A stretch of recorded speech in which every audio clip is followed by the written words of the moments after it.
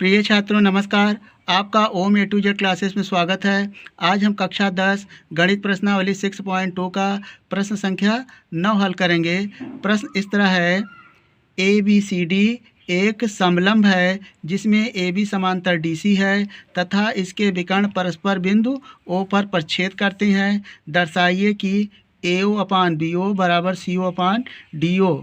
ये हमें सिद्ध करना है और हमें दिया है ए बी सी डी एक समलंब है। समलंब का मतलब वह चतुर्भुज जिसका एक युग्म समांतर हो। तो उसमें युग्म समांतर है ए बी समांतर डी सी और उसके परस्पर विकर्ण बिंदु ओ पर प्रच्छेद करते हैं। तो आइए प्रश्न संख्या 9 हल करते हैं। यहाँ पर एक चतुर्भुज दर्शाया गया है। इसका हम नाम रख लेते हैं ए बी सी डी। आपको नामकरण करते समय ये ध्यान रखना होगा कि ए बी सी डी एक क्रम से होना चाहिए। अगर आप ए इसे मानते हैं और बी इसे, सी इसे और डी इसे, अथवा ए के स्थान और यहाँ पर विकर्ण के सम्मुख लिखते हैं तब यह क्रम गलत हो जाएगा। यहाँ पर जो विकर्ण हैं प्रच्छेद कर रहे हैं बिंदु ओ पर, यहाँ पर एक दूसरे को काट रहे हैं बिंदु ओ पर। और हमें ये दिया है ए बी, ये ए बी है। ए बी समांतर क्या है? D C. ये हमें दिया हुआ है, हमें सिद्ध करना है। सबसे पहले हम लिख लेते हैं ए बी सी डी एक समलंब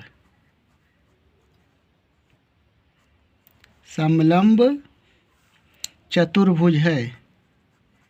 चतुर्भुज है, ये हमें दिया हुआ है। तथा ए बी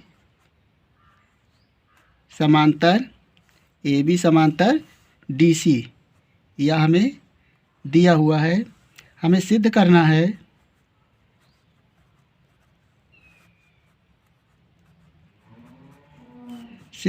है ए ओ अपान बी ओ बराबर सी ओ अपान डी ओ। ये हमें सिद्ध करना है। ए ओ अपान बी ओ बराबर सी ओ अपान डी ओ। यहाँ पर हम रचना करेंगे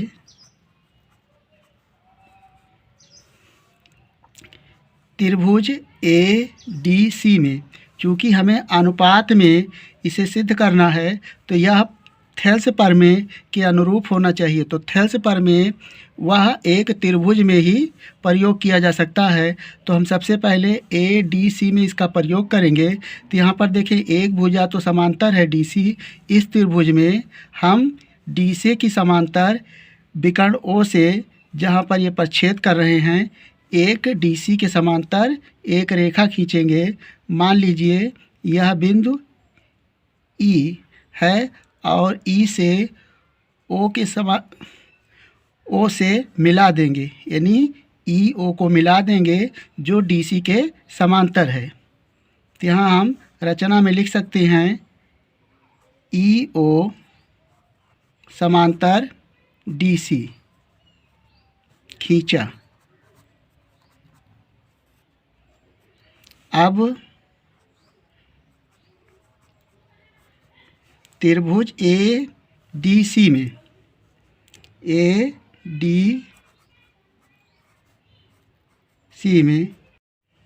त्रिभुज ए डी सी में यहाँ पर ए ई ओ समांतर है डी सी के। ये हम लिख सकते हैं रचना से। अब यहाँ पर किसी त्रिभुज में एक भुजा के समांतर कोई रेखाखंड यदि है तो त्रिभुज की शेष दो भुजाओं में अनुपात क्या होगा?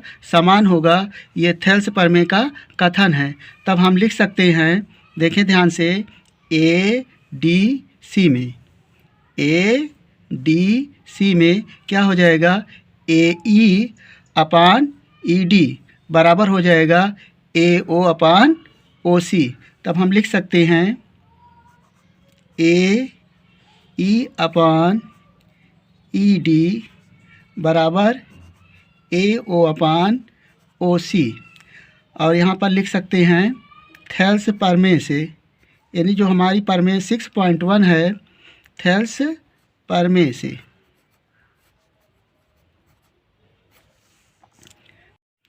अब त्रिभुज देखें ए डी बी में, तो यहाँ पर हमें ए बी समांतर है डी सी के, तो यहाँ पर हम लिख सकते हैं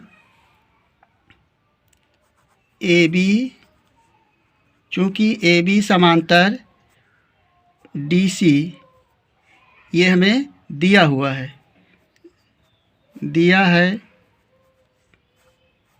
तथा ई ओ समांतर है डी सी के, ये हम रचना से। अब यहाँ पे देखें डी सी यानी ए बी समांतर है डी सी के और ई ओ समांतर है डी सी के, तो लिख सकते हैं अतः ए बी समांतर हो जाएगा ई ओ के, क्योंकि डी सी समांतर है।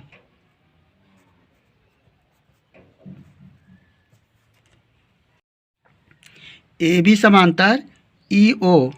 अब हम लिख सकते हैं त्रिभुज ए बी डी में, लिखेंगे त्रिभुज ए बी डी में। यहाँ पर त्रिभुज में देखें ए बी डी में ई ओ समांतर किसके आ गया है, ए बी के, तो यहाँ पर लिखेंगे चूँकि ई ओ समांतर ए बी है। अब इसमें भी थेल्स प्रमेय का प्रयोग करेंगे तो हम लिख सकते हैं ए ई अपान ई डी।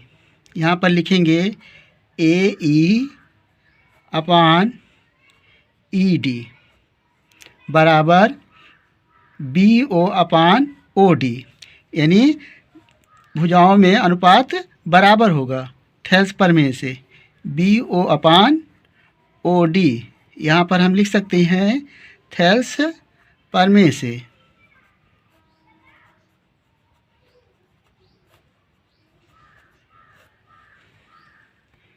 यहाँ हम इसे समीकरण नंबर 1 मान लेते हैं और इसको समीकरण नंबर 2 मानेंगे। यह हमारा समीकरण नंबर 2 है। अब समीकरण 1 और 2 की तुलना करेंगे, लिखेंगे समीकरण 1 व समीकरण 2 से।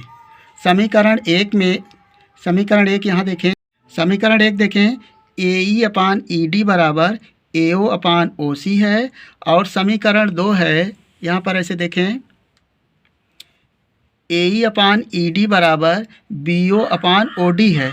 हम तुलना करने पर पा सकते हैं ए ओ अपान ओ सी बराबर बी ओ अपान ओ डी। देखें ए ओ अपान ओ सी बराबर बी ओ अपान ओ डी, लेकिन हमें जो सिद्ध करना है ए ओ अपान क्या है, बी ओ बराबर सी ओ अपान ओ डी है। तो यहाँ पर हम ए ओ अपान लिखेंगे बी ओ, यानी ओ सी के स्थान पे बी ओ हम लिख सकते हैं। तो लिखेंगे या ए ओ अपान बी ओ, और बी ओ के स्थान पे क्या हो जाएगा, ओ सी बराबर ओ सी अपान ओ डी। यही हमें सिद्ध करना था। Hence proved.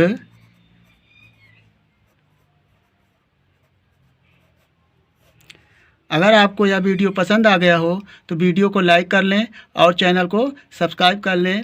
वीडियो देखने के लिए धन्यवाद।